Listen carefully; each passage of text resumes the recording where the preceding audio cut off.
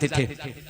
आक़ा करीम ने जैसा हुक्म देते चले जा रहे थे, सहाबा इकराम वैसी जिंदगी गुजारते चले जा रहे थे। आज हम यही सोचते हैं ना हमारी जिंदगी का रहनुमा कौन है, तो याद रखिएगा हमारी जिंदगी का रहनुमा ये उलमा इकराम है। ये उलमा जो आपको बताते हैं ना, फिर अपने फायदे के लिए नहीं बताते हैं, इनको कोई बेनिफिट नहीं होता है। हर रोज मस्जिदों के मेंबर से कभी अल्लामा फिरोज साहब का खिताब आप सुनते होंगे।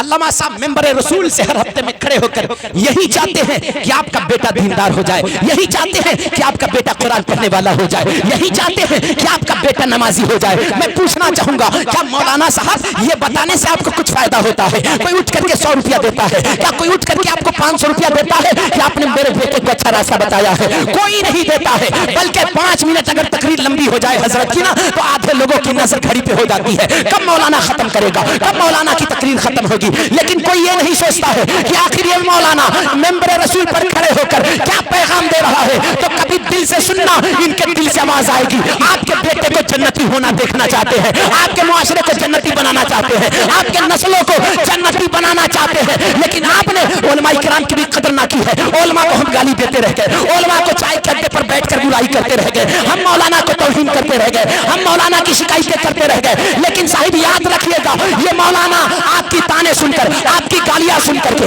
आपकी बुराइयां सुन करके कभी ऐब नहीं बताता है, बल्कि हर मेंबर पे खड़े होकर चाहता है कि आपका बेटा कुरान का कारी हो, आपका बेटा नमाज का आदी हो, आपका बेटा आपका खिदमत करने वाला हो, आपका बेटा दीनदार हो। इनका रीजन ये है कि जमाना कुछ भी कहे, दीवाने अपने जान दे देंगे मगर छोड़ेंगे ना तेरा दामन या रसूल अल्लाह। और रबीउल शरीफ का नारा लगाने वालों, ये कहने वालों कि सुना है आप हर आशिक के घर तशरीफ लाते हैं, हमारे घर में भी हो जाए चिरागा या रसूल अल्लाह। इनका मिशन ये है कि आप राजी हो या ना हो, दुनिया का बाप राजी हो या ना हो, मदीने का रसूल पाक राजी हो जाए। इसलिए इनका मिशन होता है कि यही है आरज़ू, तालीम कुरान हो जाए, हर एक परचम से ऊंचा परचम इस्लाम हो जाए।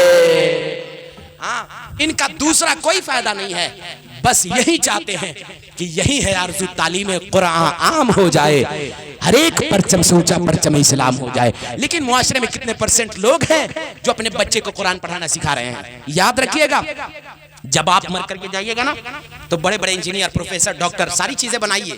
मैं मना नहीं करता कि आप डॉक्टर, इंजीनियर, प्रोफेसर ना बनाइए, जरूरत है अपने कौम में डॉक्टर की, हाँ, और ईमान वालों में जरूरत है प्रोफेसर की, ईमान वालों में जरूरत है इंजीनियर बनने की। आप सारी चीजें बनाएं, लेकिन आका फरमाते हैं कि सबसे बेहतर इंसान वो है जो दुनिया में कुरान सीखता है और दूसरों को सिखाता है।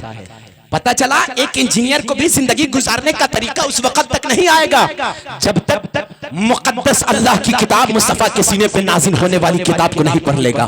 पता चला आपके मुआशरे में डॉक्टर हो जाएंगे, उस वक्त तक उसको जिंदगी गुजार